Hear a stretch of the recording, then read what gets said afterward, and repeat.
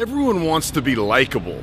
And when I see people doing things that clearly make them very unlikable, the reasons that they give for doing those always blow my mind. I don't think people are very aware. So in this series where I'm going to be going around Eastern Europe, I'm going to talk about a list of things and techniques that you can use to become very likable. It's a nice asset and skill set to have, knowing that you can go into any situation or meet someone new, whether it be for business or socially, and know you're doing the right things to get people to like you.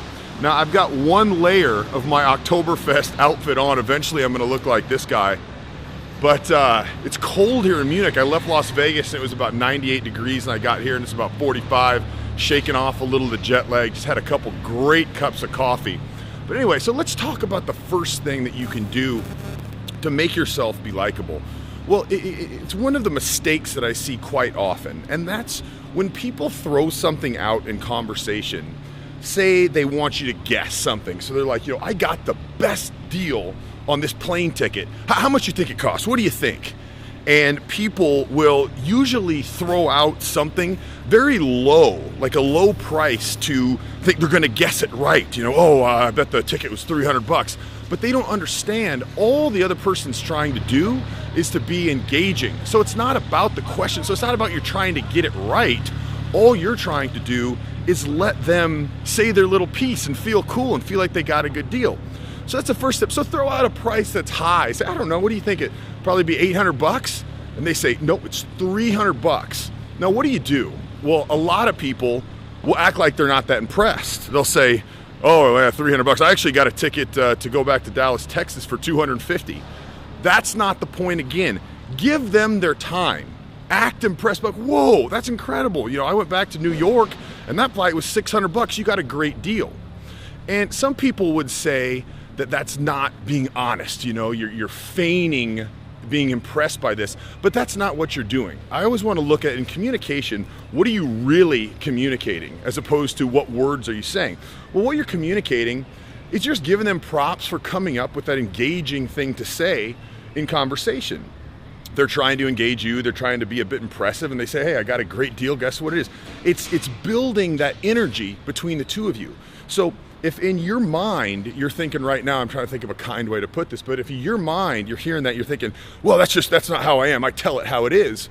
Well, tell me, when you've done that in the past, how does it come across? Does the other person engage? Are they likable? Do they seem to like you? Or are they more kind of shut down after that because you didn't see what they were trying to communicate? Now let's talk about a little bit more of an advanced application of this. On the flip side of the coin, there are specific instances where you don't want to show that you're super impressed. And that's when you're dealing with people who are naturally higher status. So let's say some dude has a $250,000 car and you just happen to see it in the garage and he's not playing it up. He's not saying, oh, I worked so hard for this car, I love this thing. You just see it. In that instance, it's a better move to not be as impressed because people, oh my God, you got that McLaren, that thing's unbelievable. I've had that on a poster in my garage since I was a little kid. That shows low social value. So in that instance, when you're dealing with someone with a lot higher social status that's not just trying to create rapport, then you don't want to be as easily impressed. People who are super easily impressed typically are doing it for a reason, like the old adage where the bum is so nice. And why is he so nice? Oh, sir, how are you today? Well, because he has an ulterior motive. He wants something from you. It's not an honesty. So people typically who suck up to people who have a lot, they're hoping that at some point they're going to be able to help them. This would be a good guy to have like me because he could put me on at some point. So never do that. It's very picturesque here in Munich. There's just incredible architecture everywhere, a lot of old-fashioned stone. And I'll tell you what, I've had 2 cups of Joe so far, probably 2 of the best cups of coffee I've ever had. But this is my first stop on a whole slew of trips down Eastern Europe. And what I'm going to be focusing on a lot of these videos is just how to be likable. I'm going to go into crazy situations that most people wouldn't go into. For instance, I'm going to Oktoberfest today, which is typically groups of people inside these massive tents that the breweries put together, and you reserve the tables way ahead of time, and you go in there and you do your thing.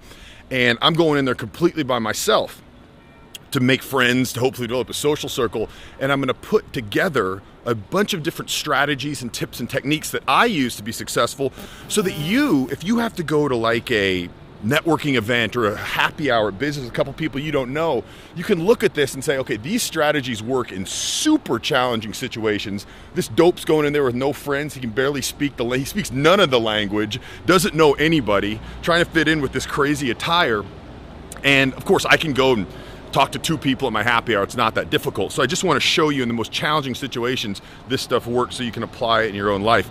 You know, it's funny, I got here last night at like midnight, and I have been on about 30 hours of being awake. I hadn't slept, and they were just letting people out of Oktoberfest, and everyone was dressed in their crazy garb down in the subways and the trains, and people were going crazy.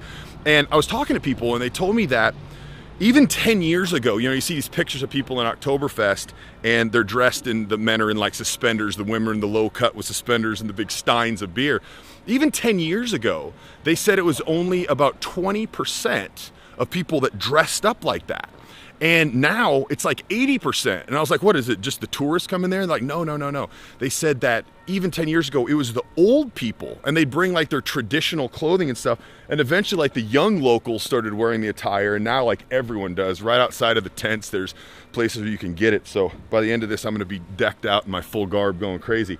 But anyway, so I'm working my way down. I'm gonna come up with videos. Every week you're gonna see a different application, a way that you can be more likable, a way that you can make friends, a way that you can start conversations, just how you can be really social. And once again, the reason I'm doing this is I'm going to countries where I don't speak the language, which makes it much more challenging to vibe and things like that.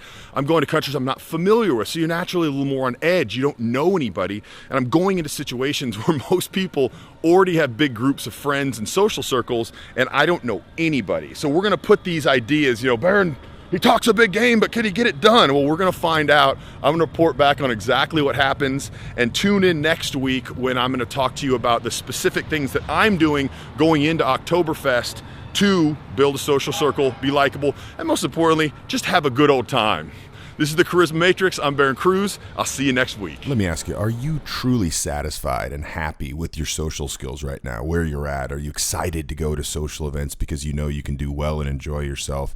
Because if you're not, click here to the left and we can talk more about some products that I have that can help you get to where you need to be so you can really enjoy the weekends when they come around and not feel obligated to go to social events, but rather enjoy them knowing that you'll perform well, you'll make friends, and have a good old time. Now, if you're a single guy and you don't feel confident that basically any weekend that you can get a date with your kind, your quality of woman, then you're not taking advantage of all the tools and things that we have at our fingertips nowadays. So you can click here and look at the products that I have to help you get your skills and your abilities and your comfort with women up to where they need to be.